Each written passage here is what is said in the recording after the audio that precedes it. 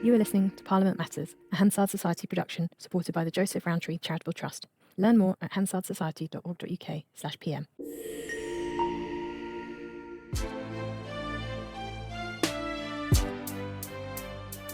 Welcome to Parliament Matters, the podcast about the institution at the heart of our democracy, Parliament itself. I'm Ruth Fox. And I'm Mark Darcy. For many people, Margaret Thatcher's tearful departure from Downing Street was the last they saw of the Iron Lady, but Mrs Thatcher remained a very active political player for many years after she left office. She was a force in Conservative politics and a thorn in the side of her successor. She was feted in America, and she devoted a great deal of effort to batting for British business abroad. Peter Just has studied the post-premiership years of post-war prime ministers. He came into the studio to talk to us about his new book on the afterlife of Mrs T.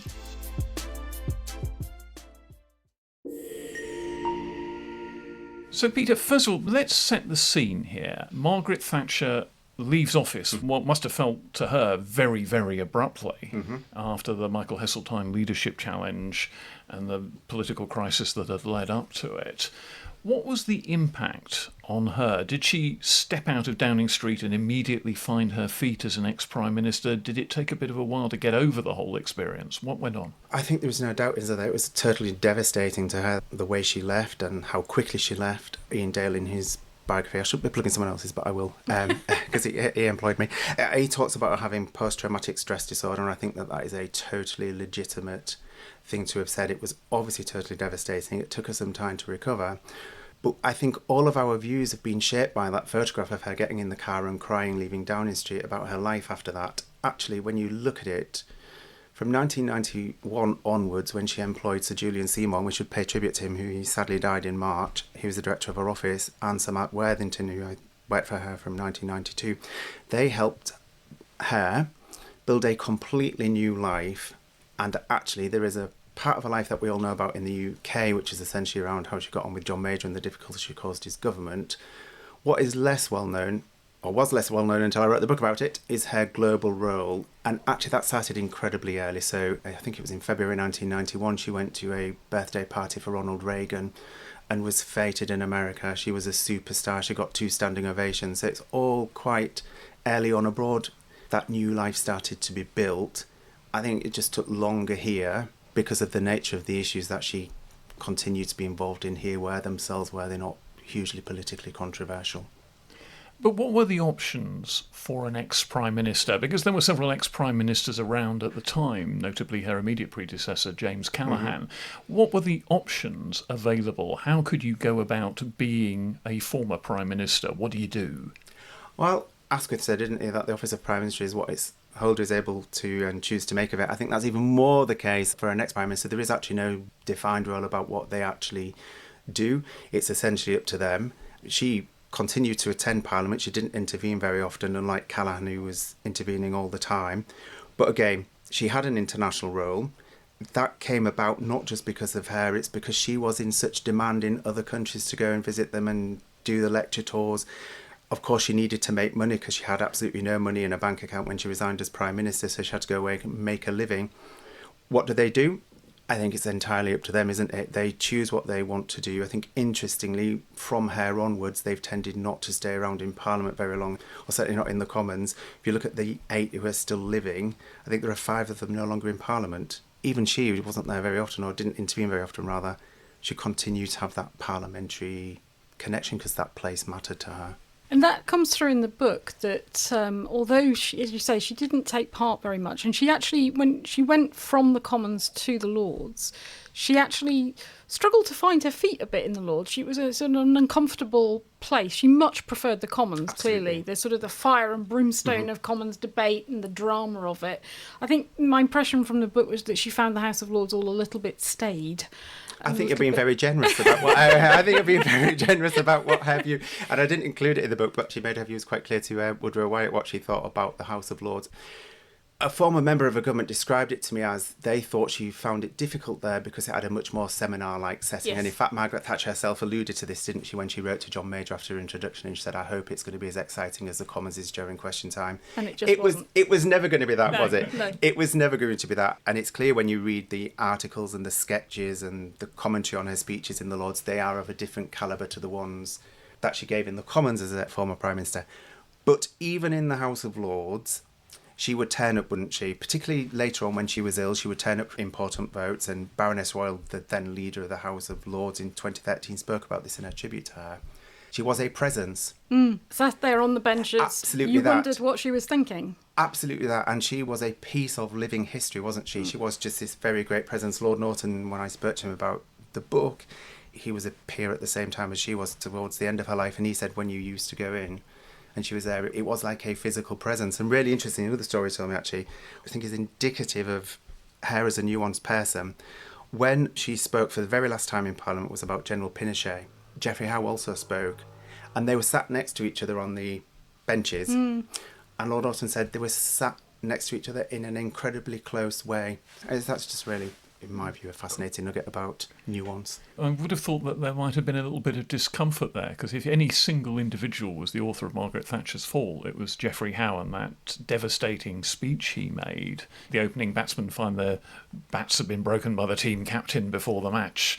And there were a few other people in the House of Lords on the Conservative benches who had also been perhaps in her cabinet who weren't particularly supporters of hers by the end, and who she may have thought had a role in her downfall. I mean, how did she get on with them? Was diplomatic relations restored? It's a really good question, isn't it? I think, if I may, I'm going to bat this back by talking about the relationship with Edward Heath, because when we get older, allegedly we get more mellow, don't we? I've yet to know if that's... Not so far. Indeed. But she went to an event in the House of Commons to mark Heath's 50th, I think it was his 50th anniversary as an MP. And Tony Benn said to her, it's very good of you to come. And she said, oh, well, as you know, as you get old, you get mellow. So I suspect she probably mellowed. I think she understood that her place in history was secure, and for all of the scrapping and the arguing and all of the bitterness of her immediate loss of power, as time went on, you know, she was iconic, wasn't she? As I said, her place was secure. And then when she became ill, did that affect her? Who knows, we can't say, we shouldn't really speculate, but did that affect her view of people, because actually some of the bitterness had gone and she was remembering the good times? Because actually without Geoffrey Howe and Nigel Lawson, she wouldn't have been the Prime Minister what she was, would she? Mm-hmm. But you mentioned Edward Heath, and as an ex-Prime Minister, he was a royal, all-singing, all-dancing, fur-lined, copper-bottomed nuisance to Margaret Thatcher, attacking her policies from the backbenches quite a lot as an ex-party leader. Indeed. To the point where there was really quite a lot of venom directed towards him. Yes, and that is what she said was one of the reasons why she stood down from the Commons, because of the impact of her being still an MP on John Major. That, of course, potentially would have made a huge difference, wouldn't it, during the passage of the Maastricht Bill, if she was still in the Commons. She would have been the ringleader against him, perhaps. Absolutely, in a much bigger, much more physical way in that very confined space in the Commons than she was when she had people down at the Lords to try and berate them. That's interesting, isn't it? Because although it's not recorded, she's not making those big speeches in Hansard when she's in the Lords. Occasionally she intervenes, but relatively quiet in terms of her participation in the House. She might actually be been one of those peers that the Labour government will be ousting now for lack of participation. But she didn't participate that much openly, publicly in the chamber. She obviously wasn't on committees and that kind of thing. But she, as you say, she's a presence, she's there, she's holding meetings behind the scenes. Absolutely. And they caused John Major huge irritation. After she died, Michael Forsyth wrote, I quote it quite a bit in the book, wrote an absolutely brilliant article about her, either in the Telegraph or the Sunday Telegraph. And he went down to see her about these meetings because they were causing John Major so much angst. He described the reaction she gave him when he said, I've come to tell you I'm concerned about your reputation, that you're going to get attacked by the government. And there was apparently a thermonuclear explosion. I think the issue on Maastricht for her, it was so existential, wasn't it, for the future of the country, for the future of parliamentary sovereignty, that she thought that this was an issue that demanded she do what she actually did. It's really interesting because she spoke so infrequently on it. I wonder if some of that was because actually she was very, very busy during that period trying to finalise the first volume of her memoirs, And had she not actually had her memoirs to finalise, she would have been freer. Would she have actually intervened more in the laws? We can never tell. She may have done.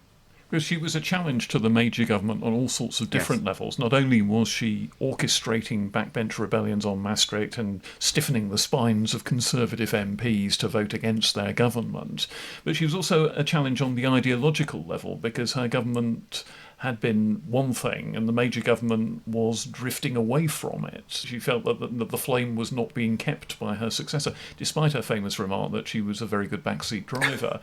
She wasn't backseat driving John Major's government. No, in her defence, and I'm not here to defend her, my book is just about the things she did. I think the people who rebelled on Maastricht, yes, she gave them encouragement, but at the end of the day, they were responsible for how they acted. They were responsible for how they voted. It's really interesting because if you compare her actions on that with her actions on Bosnia, which were equally critical, if not even more critical, of the major government, she found an echo in the House of Commons that was very, very tiny, if at all, in comparison with Maastricht, because actually on Maastricht, there were so many Conservative MPs who agreed with her position. On Bosnia, they didn't. Can we just explain for listeners, Peter, what her position on Bosnia was for younger listeners who are not familiar with the Balkan problems of the 1990s? Yes, this was the very unhappy breakup of what was Yugoslavia, and on Bosnia, the Bosnian Muslims were essentially being exterminated by the Serbs, and she was very clear that this was very, very bad. She described it, and she's like a little like an accomplice to massacre, her criticism of the West. Essentially what she wanted was the Bosnian Muslims to have the arms embargo against them lifted so they could defend themselves, and also support them through the targeted military strikes on Serbian positions. So she was a very lone, not the sole lone voice, but there weren't very many people on the Conservative benches who agreed with her on this issue. But she still caused major difficulty, just not quite in the same way as on Maastricht, because there weren't as many Tory MPs agreeing with that.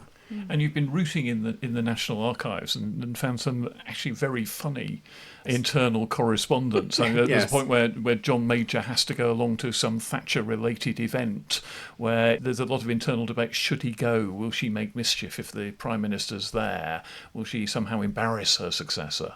Yes, there was a dinner at Downing Street, a very, very jolly dinner at Downing Street in 1995 that John Major gave. And then there was a bigger thing at a hotel, and the seating plan there, a memo went up to John Major, and it was suggested that in the spirit of healing, I think is the expression, he might wish to sit between, I think it was Christine Hamilton and Rosemary Lamont. And in the brackets, the civil servant puts joke, and John Major writes under it, bad one. So it's just the whole of human life is clearly in the National Archives. But what's totally brilliant about the National Archives is we've spoken quite a lot about her criticisms of the major government, haven't we, here? And that's what the public knew, because that's what the public saw, and that's what was reported. Actually, go and look in the National Archives. Even all of that time where she was being very publicly difficult to the major government, behind the scenes she was actually being extremely helpful and useful. So in 1991, a memo goes up to, very early in 1991, a memo goes to one of the consulate generals in America from the British Embassy, and it describes her as, although she's no longer a member of the government, she's clearly a major asset to Britain, which she was. And you see in the National Archives various letters going from ministers to her saying about issues, political and commercial, that she could promote on her visits. We should give a shout out here immediately to Douglas Hurd, who, if there's one hero throughout the story of Margaret Thatcher's life after Downing Street, it is Douglas Hurd, who was on the receiving end of quite a few imperious letters and probably sat through quite a few imperious meetings with her as an ex-Prime Minister. So all the time she's being critical publicly here, around the globe she's promoting our political and commercial interests. And as late as 1994, there's a memo goes around the Foreign Office about, we recognise here in the Foreign Office the value to Britain's foreign policy of her travels abroad. It's very interesting, isn't it? About what you see and what... That was one of the things I found interesting, is the degree to which she was promoting British business abroad when she was on these trips. So she might be going to, say, a university or somewhere to give a speech, but actually behind the scenes she'd be doing quite a lot of work on other days promoting a British company, unless there were two British companies in competition with each other, in which case she'd like to stay out of it. Absolutely quite right. I was lucky enough to meet Sir Julian C. Marty just a few days before he died, and we talked about this, and he said that outside of America, 1/3 of her time in the places she visited was spent on promoting British interests. So she would actually ask advice about what do you want me to do commercially, what do you wish me to do politically, and she was very good at taking advice and briefs. Do former Prime Ministers get access to security briefings in the way that, for example, we know former presidents and former senior officials in the American government get? because there's obviously been that debate about security access being withdrawn by the Trump government from officials in the US. I don't know the answer to that. Neither do I, so I need to go and do some more research. Clearly, I need to write Hercules. I need to write another book. Clearly, they have police security, or some of them do for a certain period of time. She was one who, for the rest of her life, continued to have security protection. In terms of what do they receive, it was thanks to her, wasn't it, that they eventually introduced the public duties cost allowance to help them fund their lives because they've been Prime Minister. They have a role as a former Prime Minister. But in terms of the documents that they see, the answer is actually, I don't know. That's a good question for me to go and look at. That's also interesting that she was instrumental in getting greater support for former Prime Ministers. And there's some wonderful anecdotes in your book about Sir Robin Butler, then the head of the Civil Service, about how this is all negotiated. Because, of course, John Major has to sign off on it. Indeed. Indeed. Sir Robin Butler is also a person who deserves a huge amount of praise, and is, if Douglas Head is a political hero, I suspect the official hero is Lord Butler, having to... Well, he was dealing with 5 of them at one time, wasn't he? Yeah. Which is interesting. He met her very early in 1991 because actually she was so snowed under with correspondence. In the end, she had to put a letter in the Times to say, I can't respond to everything. I'm really sorry, I've got too much. So he was instrumental in getting this allowance put forward. When it was first suggested to John Major, he was happy for options to be explored. And then when the options went up to him, he obviously took a rather different view because he thought it might be seen that he was lining up his own exit. And on one of the memos, I think he writes the word jokes. But in a way, she acted as a shop steward for former Prime Ministers. I think we've seen former Prime Ministers differently since her, just because of her pure star quality. The first one who was a woman, which I think we should never lose sight of, so actually in the stale world of men, and I'm a man, so I can say it, she just stood out. This demand that there was for her around the globe continued to give her a presence, but she herself very often spoke about the dignity of the office of a former Prime Minister. And so, again, we should say this, forgive me, for all of the criticism of John Major's policies, publicly, always, she was very supportive of his position of party leader and Prime Minister, and so issued statements backing him as the leader of the party and Prime Minister from 1992 onwards. I suppose there's an interesting thought here, that it's quite rare now for a British ex-Prime Minister to have the level of international clout that Margaret Thatcher enjoyed for quite a long period after she left office. I think the Duke of Wellington, apparently, after winning the Battle of Waterloo, was considered to be a great European power in his own right. Indeed. Margaret Thatcher Indeed. may not quite have had that status, but she was someone who was feted when she went to America. She did a eulogy at Ronald Reagan's funeral. Yes. I think she would robustly challenge you on that, if I may. When I was doing my original PhD research, I interviewed a member of her government in 2000, and he said to me, she never lost her status as a world power, did she? So she would back Europe to you, so I'm not bothered about being a European quite power. have first strike capability, maybe. But no. Indeed. But she was a continuing world power. And when you look at them all, Churchill obviously was the same, but he was symbolic. The difference between Churchill and her is that actually for so long after 1990, up to about 2002 when she effectively had to retire because she was ill, she continued to want to make a difference on policy. So although she always had a very symbolic role across the globe, she also had a very practical one, which is the difference with Churchill. And then after 2002, I talk about it in the book, actually that's when her symbolic mythology and legendary status really, really are cemented. What will be interesting in the future is what will our perceptions of Blair be as a former Prime Minister, because even now 18 years on, he's still trying to influence policy, isn't he, through his Global Institute. I mean, he's got a proper global role in a way that none of them previously have had in institutional terms. She did have a continuing role, though, in Conservative Party politics for a very long time. I remember her popping up to endorse William Hague's leadership bid against a joint leadership bid by her old cabinet minister, Ken Clarke, and her old policy guru in Downing Street, John Redwood. So she endorsed Hague over those two and possibly made the difference. Absolutely, as she did in 2001 with Ian Duncan Smith. Obviously, in those two, was it a question that she positively supported the people who ended up winning, or was it that she had a particular view of the other candidate, which in this instance was Kenneth Clarke? He wasn't keen on his pro-European views. Indeed, and there's a really wonderful letter that she sent to the Telegraph in August 2001 endorsing Ian Duncan Smith, and she manages to use a quote from Oscar Wilde, which I thought was extremely interesting, about experience being the word we use to describe our mistakes, and it would have been quite refreshing for Ken Clarke to explain his mistakes, because actually it was him who made them between 1990 and 1997, not Ian Duncan Smith. It's a really wonderful handbagging type of letter. You describe her post-premiership years, though, as her afterlife beyond doubt. Downing Street as a blend of high drama and low farce. So we've covered the high drama, but where's the low farce come in? The low farce is, what is it about this person that causes us, and then this becomes our responsibility, to have the reaction to her that we actually have. So you see it in some of when she was doing the general election campaigns in 92, 97 and 2001, particularly in 1992, where the crowds would go mad because she was there. She was like a proper superstar. There's this wonderful leader in The Sun which compares her to Madonna and Diana, Princess of Wales. It's really fantastic. And then in 1997 she goes to a Tesco and somebody's knees gave way as she arrives, and then somebody revealed that they'd named their Doberman Margaret after her. It's a really backhanded compliment. Indeed, but it's really fascinating about our reactions to her. There's not loads of it in the book, but I touch on it, that even when she was ill after 2002, she would go and she would attend these parties and events and receptions all over the place. So there's a wonderful photograph of her with Vivienne Westwood, which was the story about, it was headlined The Ironed Ladies. And allegedly she once said to Vivienne Westwood, "Your clothes aren't for normal people, are they, dear?" That is totally wonderful. And then there's a wonderful photograph of her with Bob Geldof at the British Library for a reception. I think it was to do with Rudyard Kipling.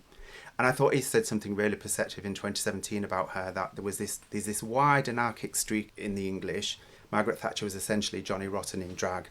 But you watch her, I think it's extremely perceptive on many levels, but if you watch her from 1990 onwards, particularly during the general election campaigns, she herself is playing a role of Margaret Thatcher, isn't she? So that's almost borders on the farcical side of things. I remember there's a wonderful story in the book about when she went in 1992 to support John Whittingdale, I think it was, and one of the reporters said to her, "Do you think the campaign hasn't got enough oomph?" And she turned around to me and said, "That's what I'm here for, dear." So she played up, didn't she, to this character that was very pantomime-esque. Yeah.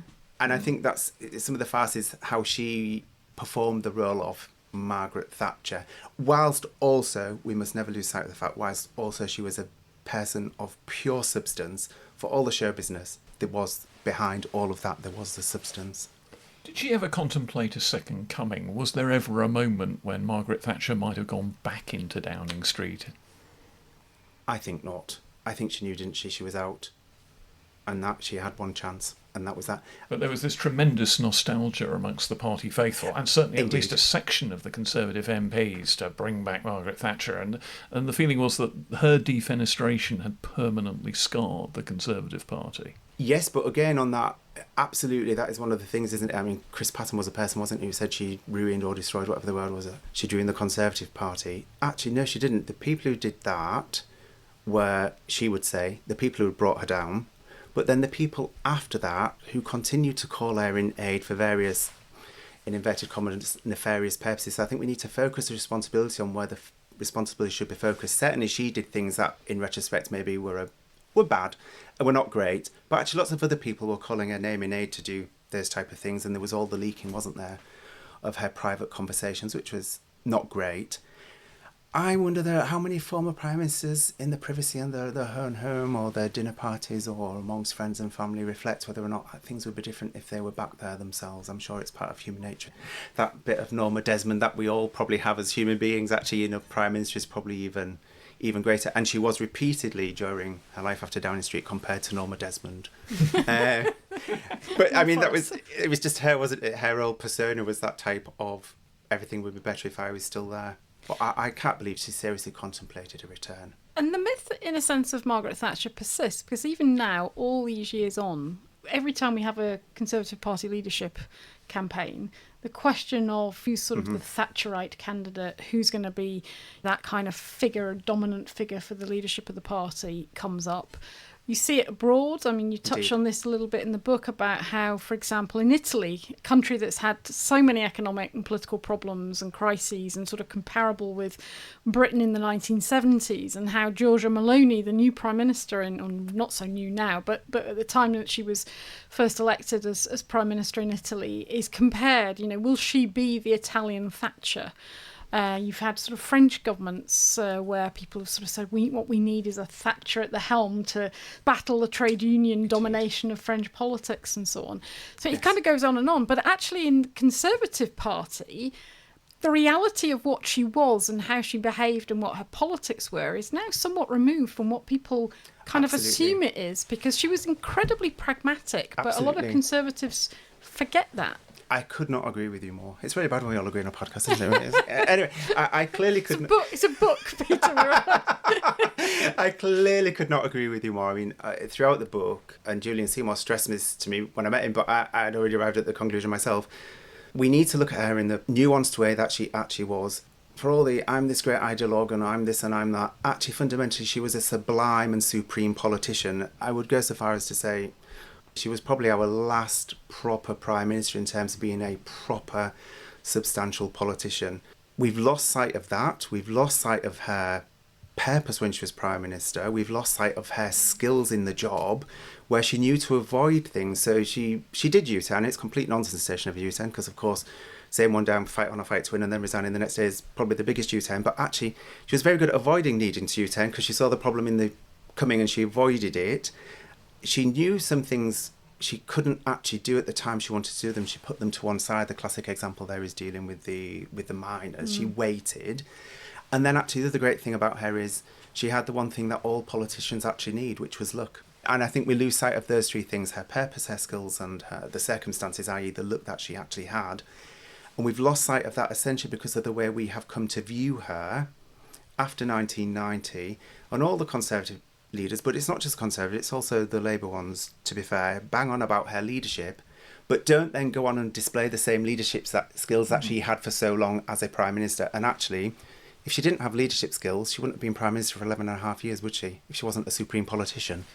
I suppose what you've got now is the siren call of a Thatcher legend that doesn't really reflect how Margaret Thatcher governed, who she actually was. What you've got is this idea of a strong leader kicking aside opponents, damn the torpedoes, I'm going for it, which she never really quite was. Absolutely. She was much, as Ruth was saying, a much more cautious, much more pragmatic figure. But this lure to play that role, I think, sometimes pulls potential successors down. Absolutely, because actually... Naming no particular Liz Truss. Poor Liz Truss. She's just an extreme example, isn't she, effectively of all of them. They have all tried to role play Margaret Thatcher to a greater or lesser extent of whatever party they are. And you see in the book how Tony Blair and Gordon Brown reacted to her. And actually, on that, we always think, don't we, about what she gave them. But actually what we should start to think about, and I talk about it a bit in the book, is actually what did Gordon Brown and Tony Blair give her in terms of credibility by talking about her and aping her in the way that they did that she wouldn't otherwise have had. But they all try and be her without actually understanding her. So I talk in the book about the person and the persona. They all pursue the persona. So few of them have actually properly studied and understood the person, who, as you said, was completely cautious. She wouldn't have survived for 11 and a half years if she weren't astute politically and cautious, which she just wouldn't. But she used to boast that Tony Blair was her finest achievement, or that Tony Blair's reformation of the Labour Party was her ultimate triumph. Indeed, and again on that, I wonder if I dare challenge her on that, if she was still here with her handbag functioning. I think we can over-exaggerate that to the extent that certainly when he resigned, she wrote to him and said about his support for ending the situation in the Balkans, i.e. the Kosovo War, and also our alliance with America. Would she have agreed with him on issues to do with the European Union? Clearly not. She clearly had some doubts about the policies around Northern Ireland. Had the Labour Party moved to where she was? Yes, absolutely, but clearly as well, we need to give credit to Neil Kinnock, because some of that work had actually started under him, hadn't it? Tony Blair effectively just speeded it up and was much more comfortable talking about her than Kinnock ever would have been, or even John Smith would have been. One of the Prime Ministers we haven't talked about is Theresa May, because she, as a former Prime Minister, is one of those Prime Ministers that is spending a lot more time in Parliament. Is active was in the Commons in the final few years of her time as an MP, and now in the Lords. Obviously the second female Prime Minister after Margaret Thatcher. And yet she's gone in a different way. Her reputation was not good when she left office, but maybe her participation in Parliament afterwards is helping restore that reputation. And also, of course, the fact that she was followed by Prime Ministers like Boris Johnson and Liz Truss, which she looks good by comparison. But she's sort of using Parliament in a different way, in ways that I think will help restore her reputation. Absolutely. She's a great concern to me because about former Prime Ministers, remarkably, we've had 50 of them and remarkably little has actually been written about them. Kevin Theakston wrote a book in 2010 looking at them all from Walpole down to Blair, I think he ended with. And more recently, two academics, I think you know, Louise Thompson and Alia Middleton wrote about their participation in the Commons, and I've written a couple of things before this book. So remarkably little is known about them. Theresa May is a brilliant example and is, in my view, seems to be going down the same road as Jim Callaghan. And why she's a concern to me is because my thesis has always been that Jim Callaghan was the most parliamentary active Prime Minister ever in British history, intervening in Parliament almost 500 times. If Theresa May continues to intervene as she does now, she is absolutely going to beat him. It was her intervention rate in relation to other former Prime Ministers in the Commons was phenomenal. She was only Prime Minister for 3 years. She's got unfinished work. When you look at the things she intervenes on, they are things that she started as Prime Minister, and obviously she intervenes quite a lot on domestic policy issues, which will relate back to her time as Home Secretary. But absolutely, she is showing, isn't she, one way of being a former Prime Minister and continuing to serve her country in this parliamentary way. And the other person who actually we should give credit to, because he's also extremely interesting, is Rishi Sunak. Up to now, he's in that Callaghan stroke Theresa May mode in a way that John Major was in those 4 years that he was in the Commons. And surely it is good for Parliament to have at least a handful of people who've been in Downing Street, who face those big lonely decisions in Downing Street and are still there to give the benefit of their experience, good or ill, to the wider House of Commons or House of Lords. Absolutely. You are totally correct. Again, we mentioned it before, but Margaret Thatcher intervened in Parliament just 15 times. Towards the end of her life when she was ill, she would turn up quite a lot to attend votes. But even someone like that, who intervened so rarely in Parliament, still felt it was important to be a member of one of the houses. I suppose you don't have to be there making speeches. You can be there whispering into the shell-like ears of other people. Absolutely that. If I may, I think you're old enough to remember Ted Graham, who was Chief Whip for the Labour Party in the Lords, and I interviewed him way back in the late 1990s particularly about Jim Callaghan. He said he'd come up to me every now and then because he'd recognise the position I had, and he'd say to me, let's have a chat. So we'd sit in the division lobby. That is probably what we've lost, isn't it?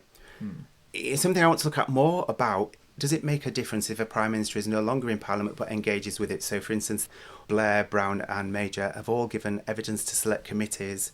They all have clearly private contacts with MPs and with Lords. But is this something qualitatively different to their engagement with Parliament if they're not a member of it? And actually, to broaden out what you've said, I think it's the case, isn't it, as well, that Cabinet Ministers don't go to the Lords either in the way that they used to go. So you are right, we are losing some of that experience and expertise of actually governing and the process of government. And is that actually making things better, or is it making things worse? You would imagine now with a house full of new MPs, they might benefit from the wisdom of perceived wisdom sometimes of former Prime Ministers and former Cabinet Ministers. Well, Peter Just, it's been a fascinating excursion down the little-travelled road of the world of ex-Prime Ministers. Thanks very much indeed for joining us on Parliament Matters. Thank you very much for having me.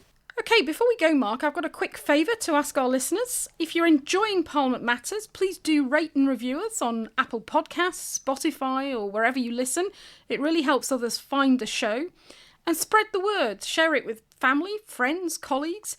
There's nothing better than a personal recommendation, and the bigger our audience, the more people will understand how Parliament really works. Finally, we'd love your feedback. Tap the listener survey link near the top of the episode show notes and tell us what you think. Thanks for helping us grow the conversation about Parliament. Parliament Matters is produced by the Hansard Society and supported by the Joseph Rowntree Charitable Trust. For more information, visit hansardsociety.org.uk/pm or find us on social media at Hansard Society.